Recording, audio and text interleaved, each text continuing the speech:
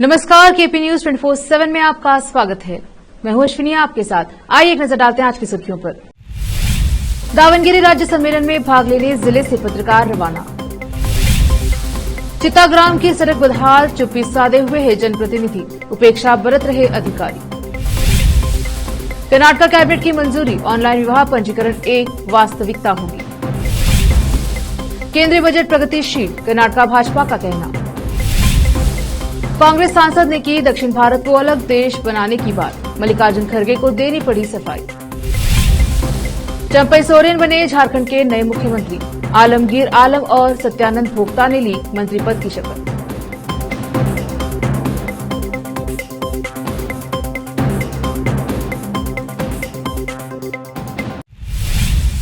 अब समाचार विस्तार से। बीदर जिला वर्किंग जर्नलिस्ट एसोसिएशन के पदाधिकारियों और सदस्यों ने कर्नाटक वर्किंग जर्नलिस्ट एसोसिएशन राज्य इकाई ने दावनगिरी के बटर नगर में 3 और 4 फरवरी को होने वाले पत्रकारों के 38वें राज्य सम्मेलन के लिए बीदर से रवाना हुए। सम्मेलन के लिए रवाना होने से पहले कर्नाटक वर्किंग जर्नलिस्ट एसोसिएशन के जिला महासचिव शिव कुमार स्वामी ने सम्मेलन के लिए रवाना होने वाले टेम्पो ट्रैवलर वाहन को प्रणाम किया। Karnataka association of working journalist के जिला अध्यक्ष डीके गणपति ने राज्य सम्मेलन की जय और वर्किंग जर्नलिस्ट एसोसिएशन की जय की घोषणा के बाद दावनगिरी की यात्रा शुरू की। इस अवसर पर एसोसिएशन के राज्य कार्यकारिणी सदस्य बसवराज कामशेट्टी, जिला उपाध्यक्ष नागशेट्टी धर्मपुर, राष्ट्रीय कार्यकारिणी सदस्य दीपक मन्नल्ली, वरिष्ठ पत्रकार गुरुराज कुलकर्णी, एसोसिएशन के जिला कार्यकारिणी सदस्य गोपीचंद तांडले, रेवण सिद्धप्पा स्वामी, संतोष चट्टी, महारुद्र डाकुलगी, पंडित शिंदे उपस्थित रहे। विशेष संवाददाता की रिपोर्ट।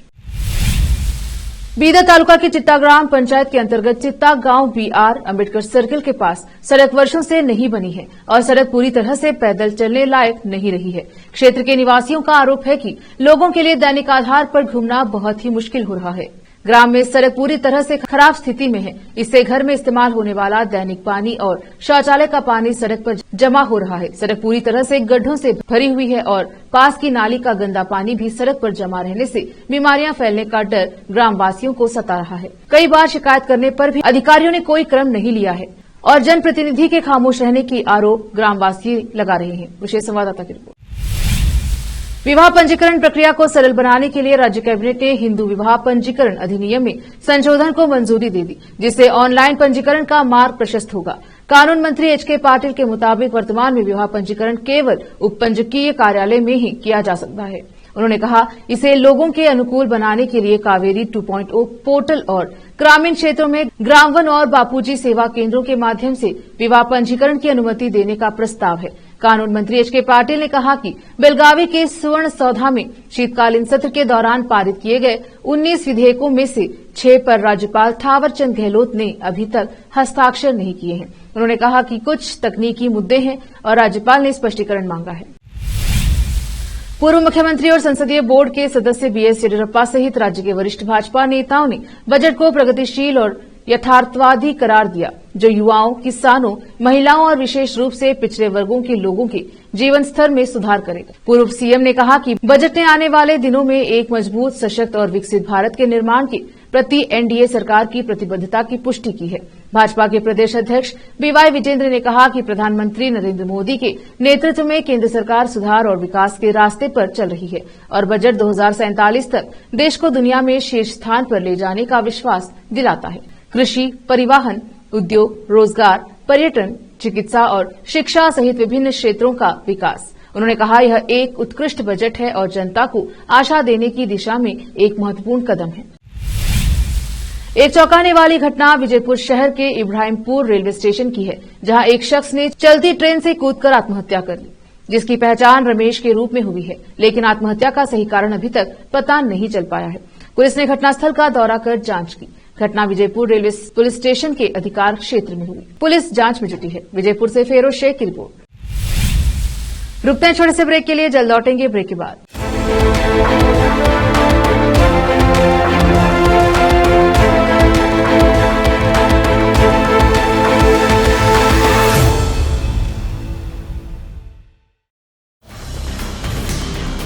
हिंदुस्तान के हर कोने में हम हैं मौजूद। 24 घंटे हालात पर गहरी नजर, खबरों से जुड़े चुपते सवालात, और आपको दिखाता है धार्मिक, सामाजिक, राजनीतिक, लोकल और इंटरनेशनल न्यूज की सबसे बेहतर कवरेज, जो आपको रखती है हर पल बाखबर। देश और दुनिया भर की खबर के लिए देखते रहें केपी न्यूज 24/7। ब्रेक के बाद स्वागत है आपका। देखते हैं समाचार।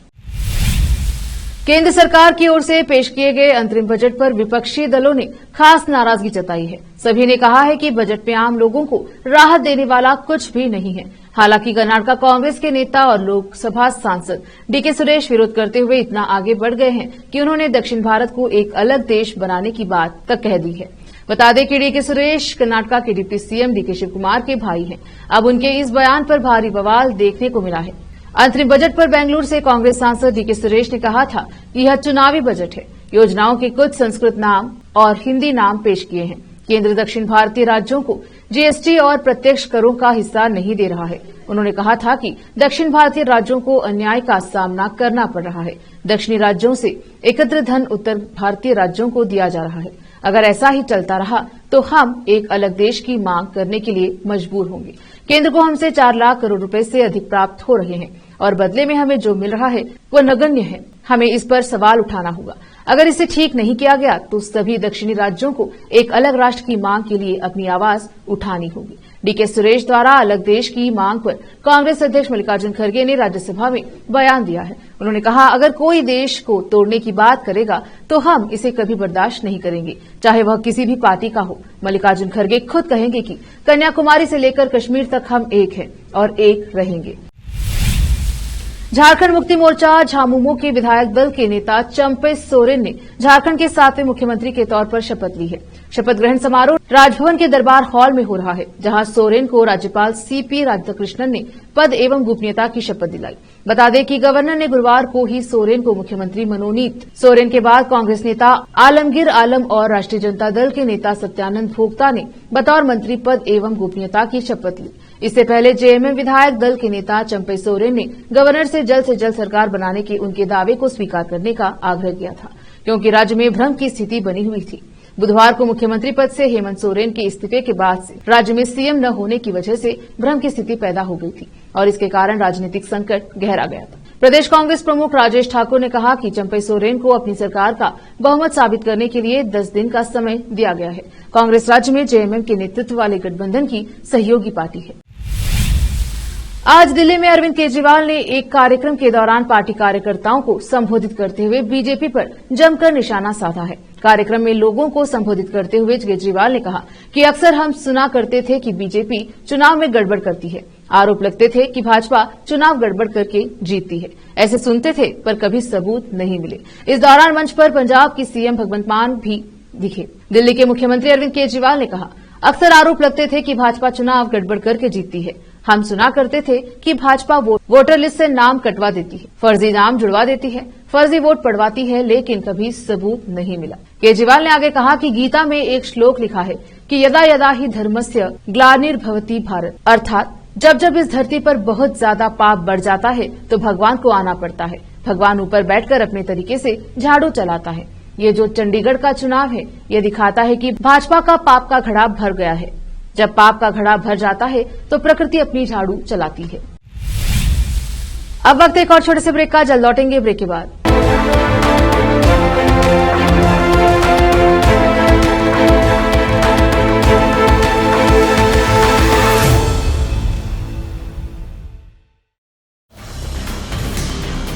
हिंदुस्तान के हर कोने में हम हैं मौजूद।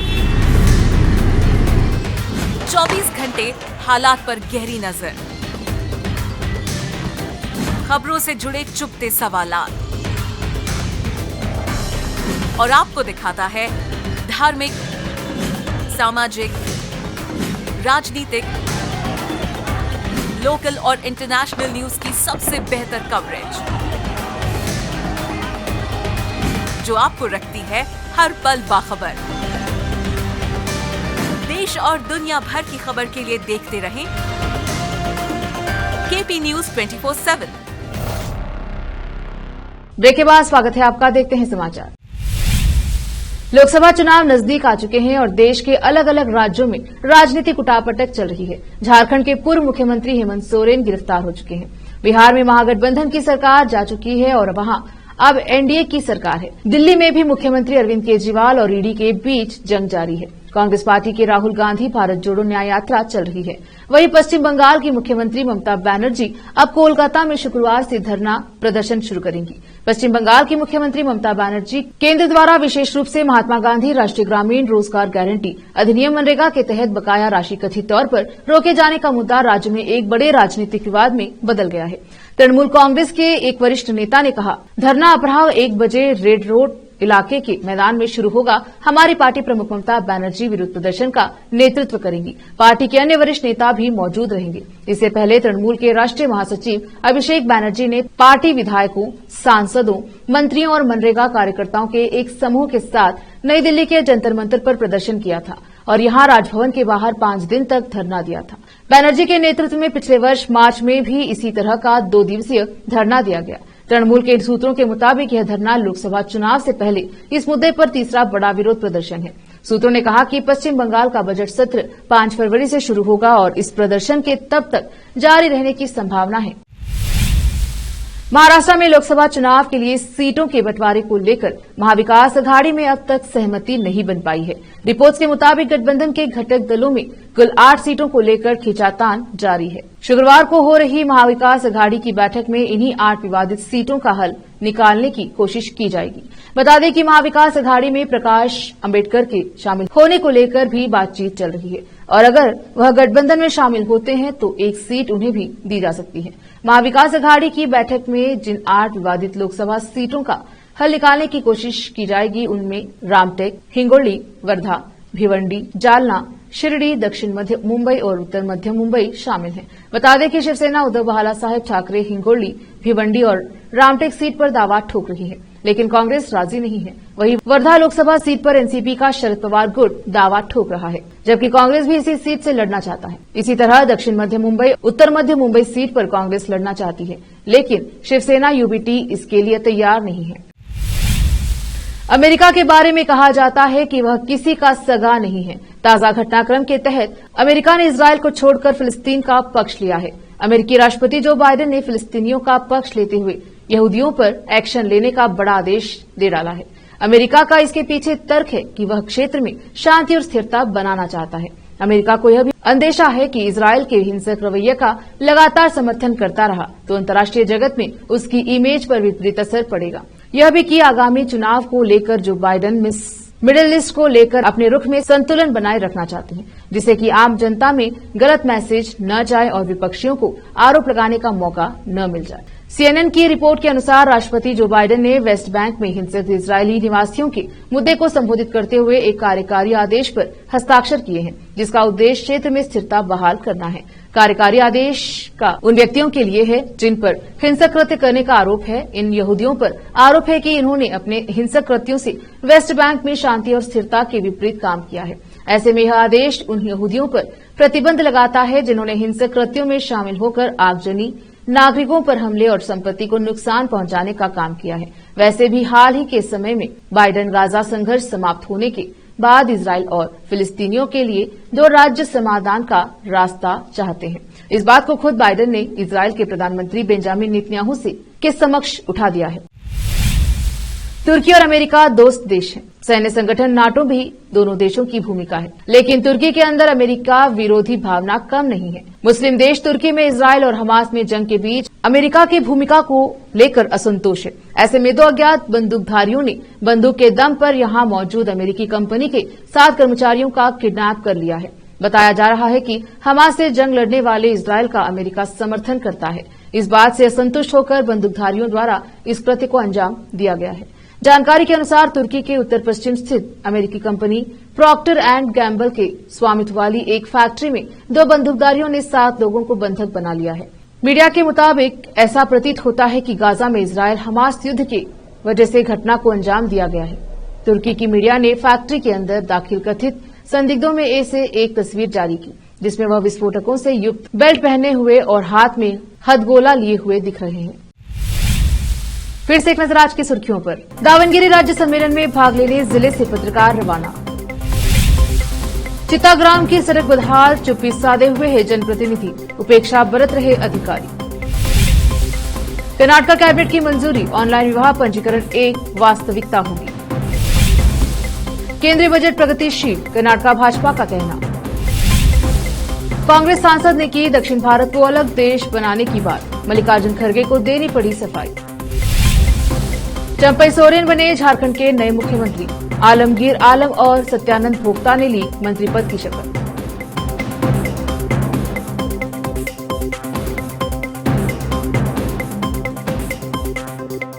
केपी न्यूज के बुलेटिन में आज इतना ही। देखते रहिए केपी न्यूज 24/7। धन्यवाद।